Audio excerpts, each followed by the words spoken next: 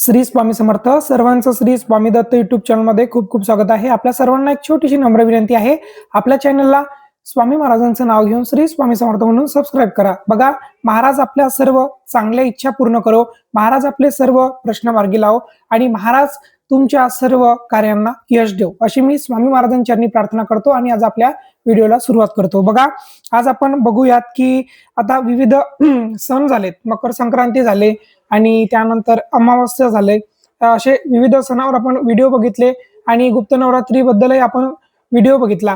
तर आपण जी हे आहे पंचमी आहे त्या पंचमीवर सुद्धा व्हिडिओ बघितला. पण आता आपण एक विशिष्ट जो सण येत आहे त्याला आपण रथसप्तमी असं म्हणतो, रथसप्तमी म्हणतो. ती रथसप्तमी का असते व रथसप्तमीचं महत्व काय व त्या दिवशी आपण कुठल्या सेवा उपाय विद्यार्थ्यांनी केलं पाहिजे किंवा घरामध्ये कुठल्या सेवा केल्या पाहिजे, जेणेकरून आपल्याला दीर्घायुष्य प्राप्त होईल व आपल्या घराचं संरक्षण होईल व स्वामी महाराजांच्या कृपाशीर्वादाने आपले सर्व प्रश्न मार्गी लागतील. बघा, मकर संक्रांती नंतरचा दुसरा जो दिवस असतो, म्हणजे जो दुसरा दिवस नाही तर दुसरा जो सूर्याचा सण असतो, सूर्योदयोत्सव, दीर्घायुष्य आणि रोगांपासून दूर राहण्यासाठी रथसप्तमी केली जाते. रथसप्तमी केली जाते. मकर संक्रांती नंतरचा जो दुसरा सूर्योत्सव माघ महिन्याच्या शुक्ल पक्षाच्या 7व्या दिवशी साजरा केला जातो, त्याला रथसप्तमी असं म्हटलं जातं. आणि रथसप्तमीची यावेळी रथसप्तमी 2025 ला 4 फेब्रुवारी मंगळवारी आहे आणि अनेक पुराणामध्ये या सणाचे विशेष वर्णन केले जाते. मकर संक्रांतीप्रमाणे या सणाच्या दिवशी सूर्योदयापूर्वी स्नान करून तीर्थ स्नान केल्याचे संकल्प करून करवल्या जाते व उगवत्या सूर्याला आपण जल अर्पण करतो. जे कोणी लोक लवकर उठत नाहीत किंवा सूर्याला अर्घ्य देत नाहीत, त्यांचं आयुष्य कमी होतं असं शास्त्रामध्ये वर्णन केलेलं आहे. तर बघा, आपण जर सूर्याला अर्घ्य देत नसाल तर या दिवसापासून आपण सूर्याला अर्घ्य द्यायला सुरुवात करू शकता. आणि या दिवशी सत्पात्री दान गरजूंना आपण करू शकता. वस्त्राचं दान, अन्नाचं दान, पैशाचं दान, गरजवंतांना औषधीचं दान सुद्धा आपण या दिवशी करू शकता.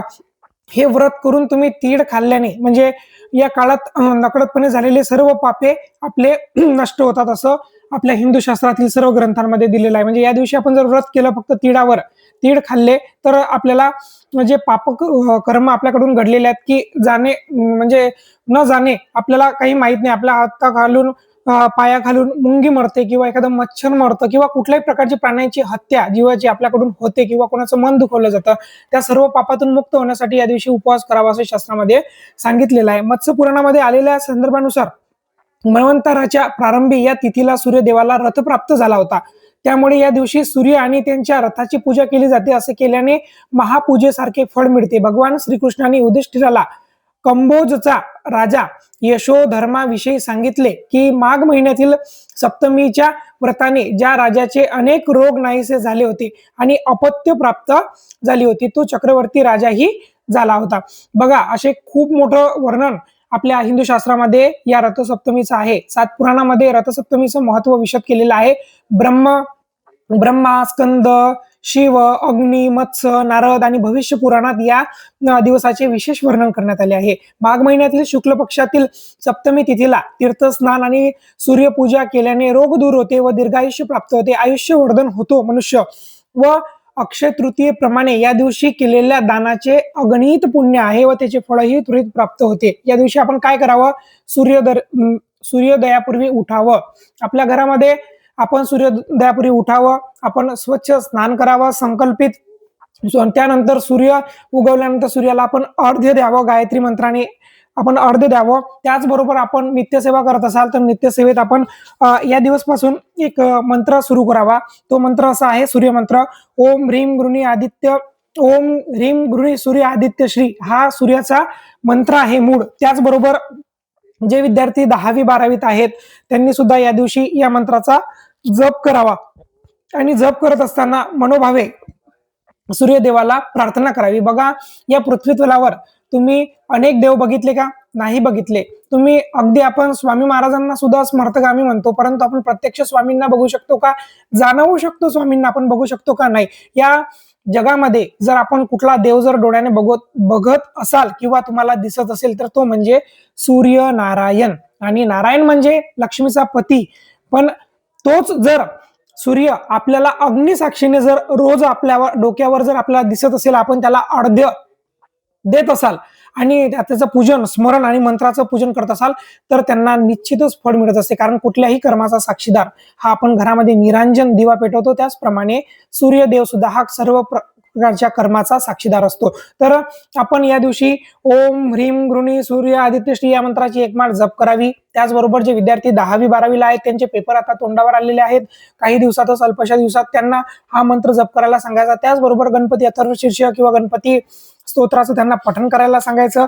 त्याचबरोबर आपल्या नित्यसेवा ग्रंथामध्ये अनेक प्रकारचे सूर्याचे मंत्र दिलेले आहेत. ज्यांना कोणाला हृदयाचा त्रास असेल, पेशंट असतील हृदयाचे, एंजिओप्लास्टी झाली असेल तर किंवा हृदयाचा त्रास असेल, ब्लॉकेज असतील तर त्यांनी आदित्य हृदय स्तोत्र हे उजवा हात आपल्या हृदयावर ठेवून किंवा नाडीवर 3 बोटे ठेवून आपण हे आदित्य हृदय स्तोत्र नित्यसेवा ग्रंथातील किंवा आपल्याला इंटरनेटवर कुठेही मिळून जाईल हे सुद्धा आपण वाचू शकता. त्याचबरोबर आपण आपल्याला जर कर्णासारखं तेज जर प्राप्त करायचं असेल, बघा महाभारतामध्ये आपण अनेक कथा ऐकल्या, आणि आपल्या चेहऱ्यावर जर तेज आपल्याला प्राप्त करायचं असेल तर आपण सूर्यकवचाचं प्रारंभ म्हणजे सूर्यकवच वाचायला प्रारंभ या दिवसापासून करायचा आहे. त्यानंतर आपल्याला जर आपल्या आयुष्यामध्ये खूप शत्रू असतील किंवा शत्रुबाधा असेल किंवा तुम्हाला जर सूर्यासारखं तेजस्वी व्हायचं असेल, प्रत्येक क्षेत्रामध्ये आपल्याला चमकायचं असेल, यश प्राप्त करायचं असेल तर आपण या दिवशी सूर्याष्टक स्तोत्र याचं सुद्धा आपण 12 वेळा किंवा 7 वेळा याचं पठण करू शकता किंवा या दिवसापासून नित्यसेवेमध्ये आपण याचं पठण दैनंदिन जीवनात करू शकता. बघा आपण जे स्वामी महाराजांची सेवा करतो त्यामध्ये गायत्री मंत्राचं खूप मोठं महत्व आहे आणि गायत्री मंत्र हा थेट सूर्याशी याचा संबंध आहे. आणि जेव्हा आपण सूर्याचे अष्टक वगैरे मंत्र वगैरे म्हणतो तर त्याचा जो संबंध आहे तो आपल्या ग्रह पिढीशी सुद्धा येतो. सूर्यग्रह जर कुंडलीत मजबूत असला तर तो गुरुग्रहाला सुद्धा मजबूत करतो आणि सूर्याची तेजस्विता आपल्या चेहऱ्यावर, आपल्या अंगावर आणि आपल्या कर्तृत्वावर येत असते. त्यानंतर आपण सूर्य अष्टोत्तर शतनाम स्तोत्र याचं सुद्धा आपण जर पठण केलं ना तर आपल्या कार्यामध्ये येणारे अडथळे दूर होतात व आपल्याला जर तुमचं एखादं कॉन्टॅक्ट म्हणजे कुठल्या प्रकारचं असं मोठमोठे कॉन्टॅक्ट तुमच्याकडे असतील किंवा कंपनी असेल किंवा तुमची ऍडव्हर्टाइजमेंट सारख्या अशा खूप मोठ्या काहीतरी बिझनेस असतील तर ते बिझनेस सुद्धा तुम्ही यामधून सूर्य अष्टोत्तर शतनाम स्तोत्र हे पठण करून सुद्धा आपण ते पुढे म्हणजे त्याची प्रगती तुम्ही करू शकता. त्यानंतर ज्यांना कोणाला डोळ्याचे दोष असतील, चष्मा लागलेला असेल किंवा त्यांना डोळ्याचे आजार असतील, त्यांनी हातामध्ये पाणी घेऊन, म्हणजे हातामध्ये पाणी घेऊन नाही तर एका ग्लासमध्ये हातामध्ये पाणी घेऊन, आणि तांब्याचा असेल तर अतिउत्तम, तो सूर्यदेवासमोर सूर्याच्या उजेडामध्ये सकाळी सूर्याकडे बघून आपण 12 वेळा जर चक्षुस्तोत्र जर म्हटलं आणि ते जर पाणी अभिमंत्रित पाणी आपण जर रोगी ज्यांना डोळ्याचे रोग आहेत त्यांना जर डोळ्याला आपण लावलं तर त्यांचे विविध जे डोळ्याचे 62 प्रकारचे, 42 प्रकारचे, 52 प्रकारचे जे आजार आहेत ते आजार नाहीसे होतात. याचा प्रयोग आम्ही सुद्धा करून बघितलेला आहे की एका छोट्या मुलीला जेव्हा म्हणजे चष्मा लागलेला होता एका सेवेकरी ताईंच्या मुलींना, आणि तो चष्मा जन्मतापासून होता, परंतु बघा काही मेडिकल कंडिशन अशा असतात की त्या जन्मता असतात, परंतु त्या मुलीचा नंबर कमी होत गेला. कशामुळे? तर चक्षुस्तोत्रामुळे. चक्षुस्तोत्र म्हणजे सूर्याची तेजस्विता हे डोळ्यात असते आणि आपण जेव्हा सूर्याची उपासना करत असतो तेव्हा त्यांचं स्मरण, चिंतन, मनन हे त्यांच्या प्रकाशातून होत असतं आणि ते प्रकाश आपल्याकडे म्हणजे प्रवाहित होत असतो आणि त्या प्रकाशातून आपल्याला सूर्याची तेजस्विता मिळत असते. त्यामुळे जर 12 वेळा जर आपण चक्षुस्तोत्र हातामध्ये एका ग्लासात पाणी घेऊन जर आपण सूर्याचं उजेड म्हणजे सूर्याची किरण त्यामध्ये पडत असतील अशा ठिकाणी बसून आसनस्थ होऊन स्वामी महाराजांना स्मरून चक्षुस्तोत्र 12 वेळा म्हटलं आणि ते जर डोळ्यामध्ये पाणी टाकलं, त्याने डोळे स्वच्छ धुतले तर ते डोळ्याचे रोग बरे होतात. आणि हा उपाय तुम्ही उद्या सुद्धा करू शकता किंवा उद्यापासून स्टार्टिंग सुद्धा करू शकता. हे अनेक प्रकारचे उपाय मी आज तुम्हाला या व्हिडिओच्या अंतर्गत सांगितलेले आहेत. बघा, पहिल्यांदा तुम्हाला सांगितलेलं आहे की सूर्यमंत्राचा जप करावा जे विद्यार्थी आहेत त्यांनी, आणि ज्यांना कोणाला आपलं कर्तृत्व कौशल्य घडवायचं आहे त्यांनी सुद्धा सूर्यमंत्राचा जप उद्यापासून करावा.